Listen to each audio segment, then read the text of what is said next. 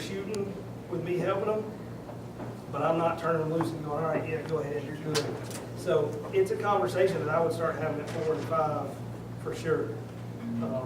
There are, and you can look them up on YouTube, there are some 9 and 10-year-old competition shooters who are unbelievable with a handgun, with a rifle, and they have been training for that since they were 5 and 6.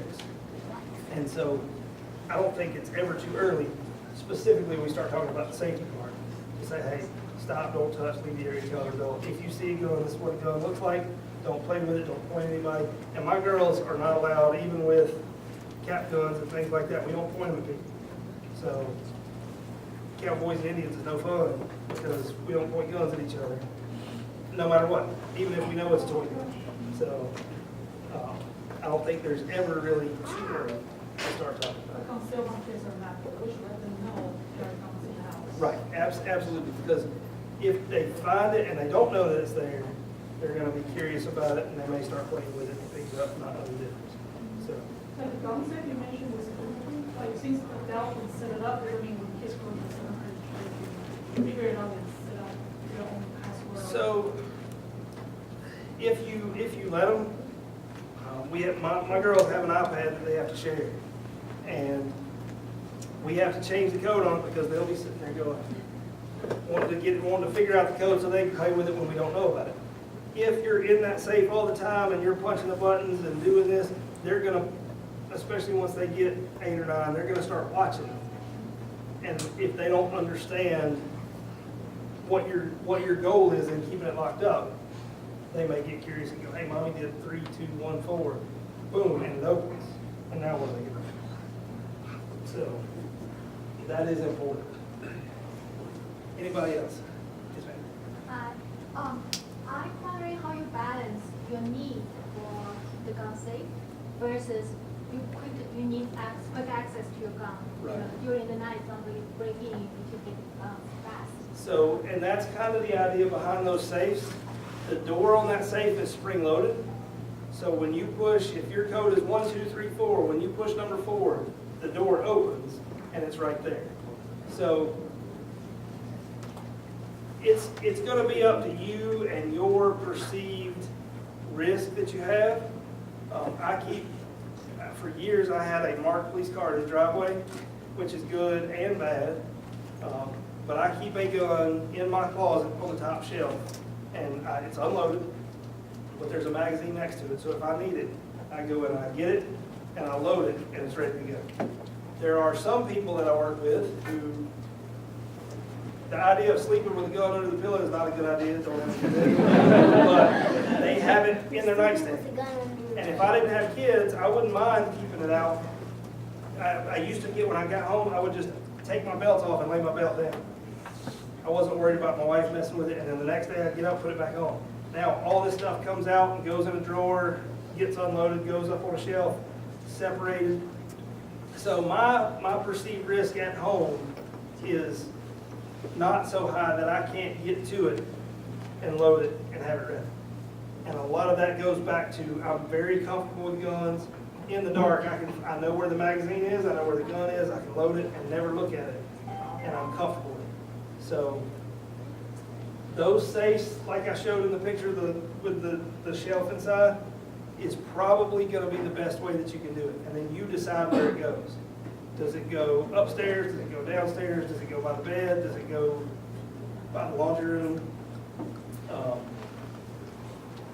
There's no 100% answer that's going to cover everybody in here. But you'll kind of, once you get comfortable with the gun, you'll kind of decide, okay, I want it up by the TV, or I want it on the, wherever. You can hide them in a lot of places, especially with those small safes. Can I answer that question? Sure. Yeah, it kind of depends how safe your subdivision or city is. If you notice that some activity that is an increasing problem you may be facing, you probably want to add an alert system to your door. So hopefully before the guy gets inside the house, you already know that there's somebody inside the house. If you have no idea that somebody is approaching to your bedroom, then by the time you know that guy's in your room, it's too late. I mean, you're dead.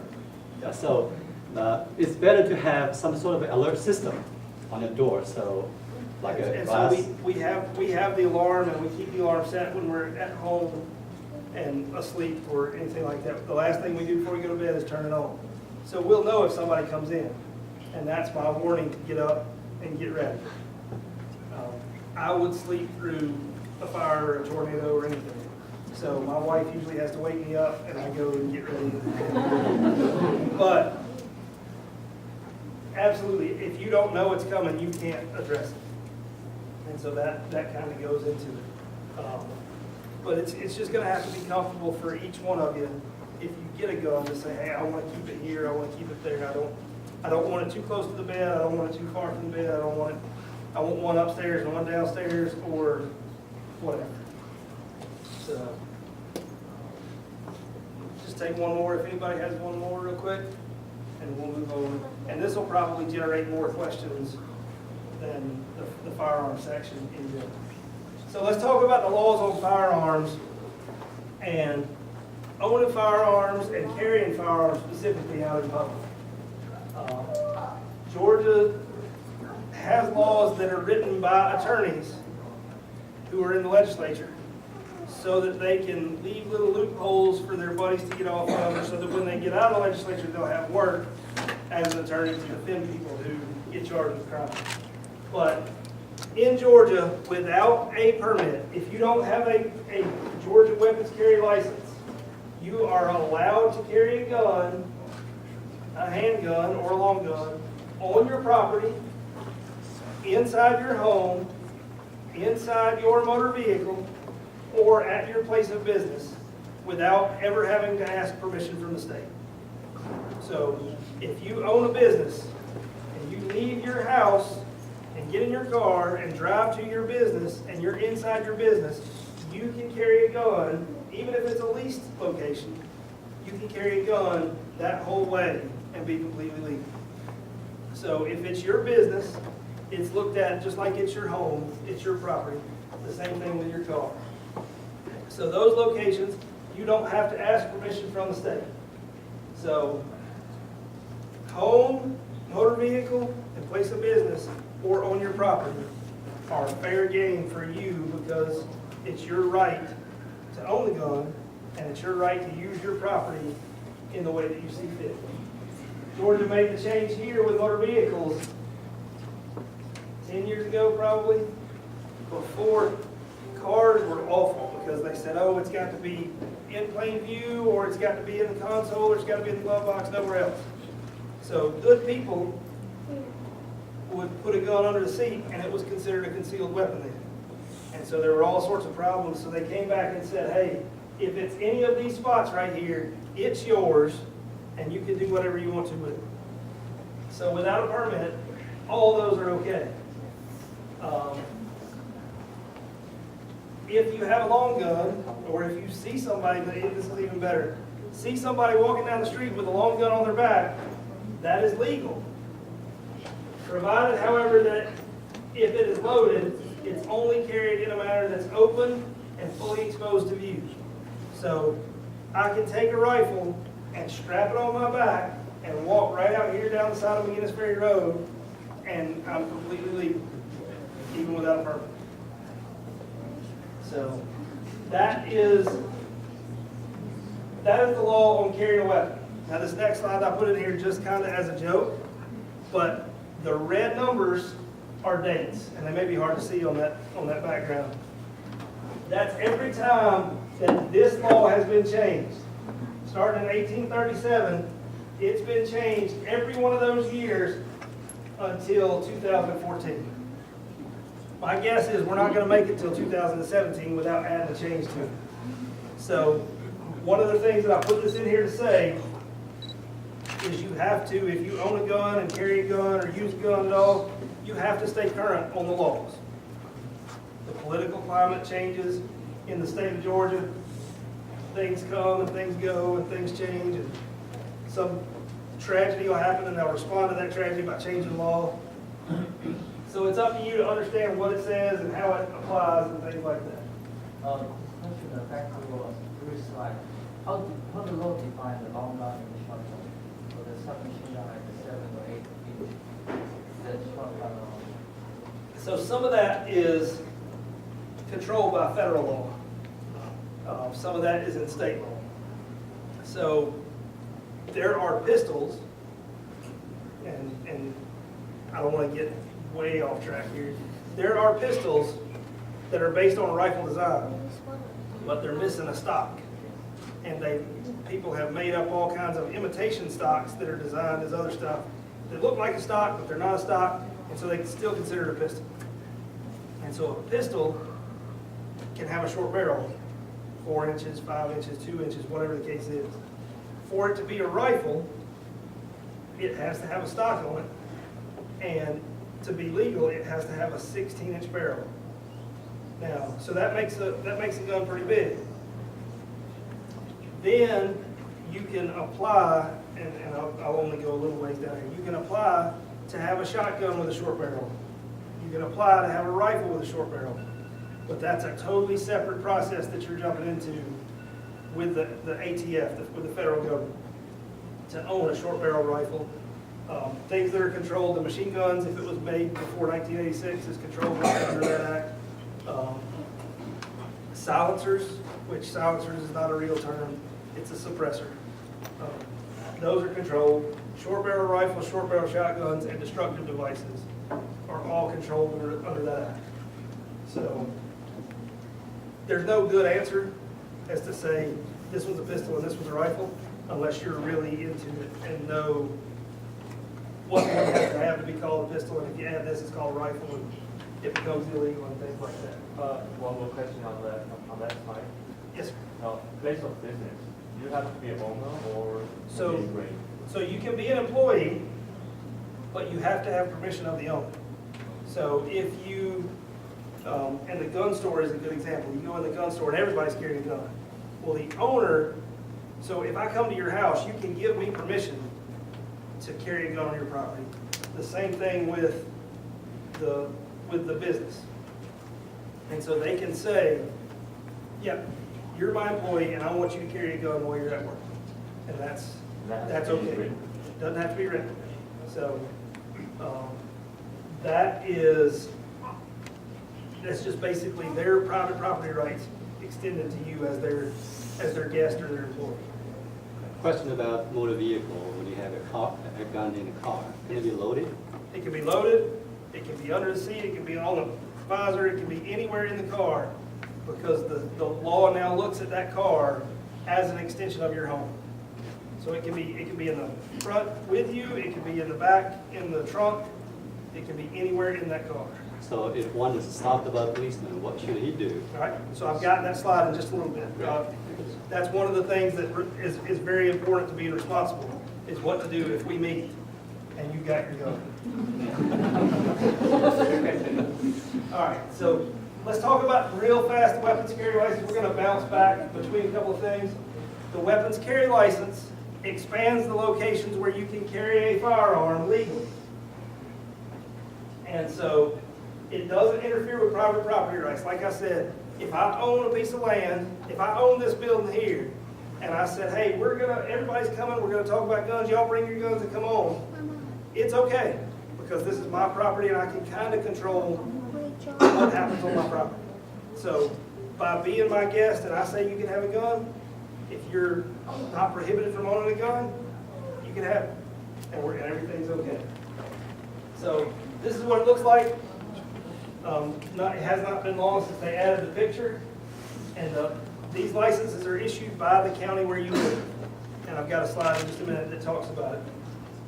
So that's what it looks like. It's got a little bit of information on there. It tells when it's issued, and when it expires, they're good for 4 years, and then you can go and get it renewed. But we'll talk about getting this here in just a minute. So it is not valid everywhere. So I've got a permit. I cannot carry in a government building under certain circumstances. I cannot carry in a courthouse.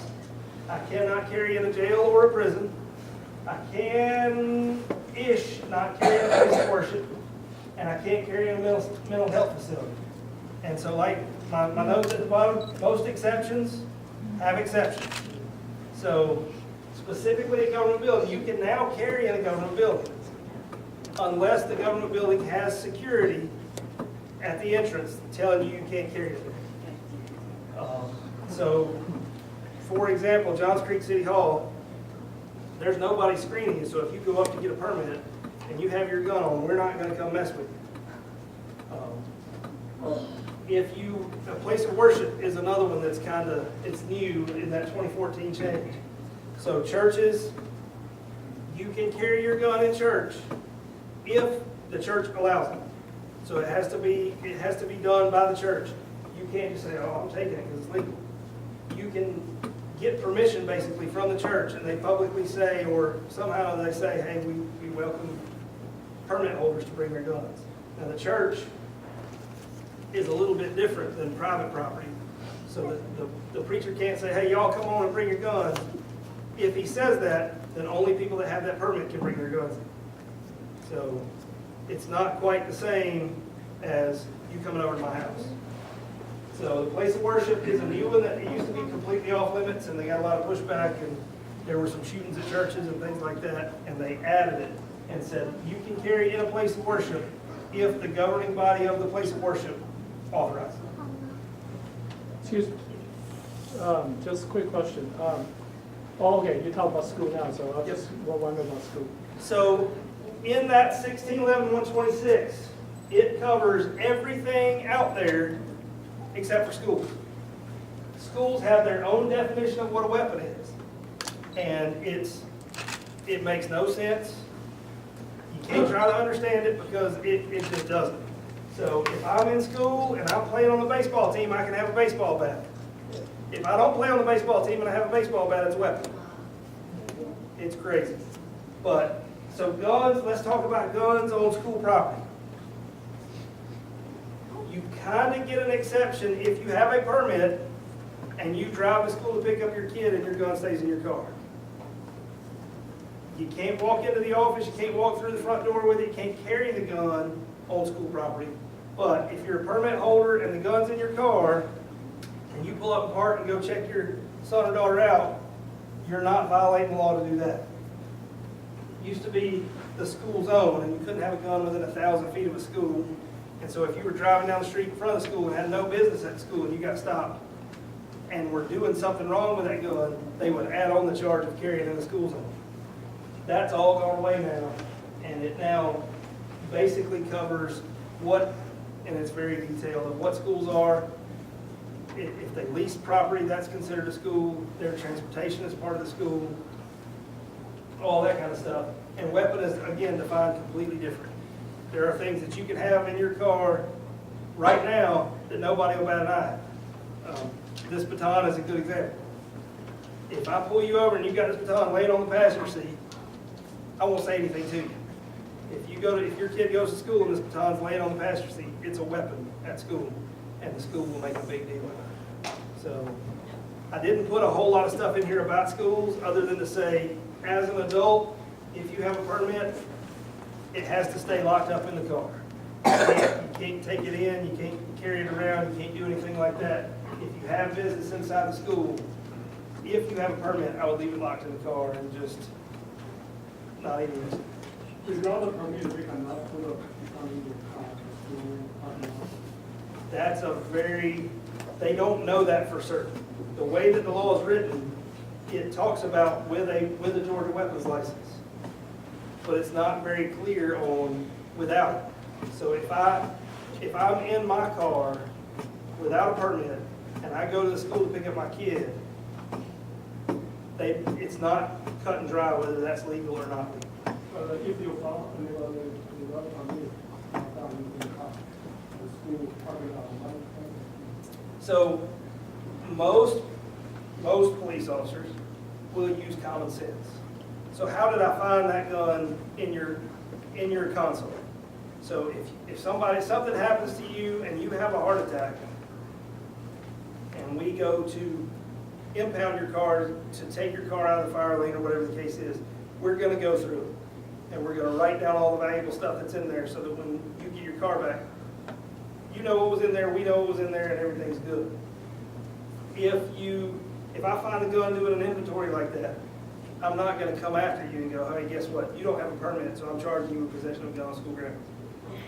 Where that comes into play is when probably when something bad happens and we go hunt somebody down, or we get in an argument in the parking lot and you say, I'm gonna get my gun, and then I find it that way, those two situations would probably be treated totally different.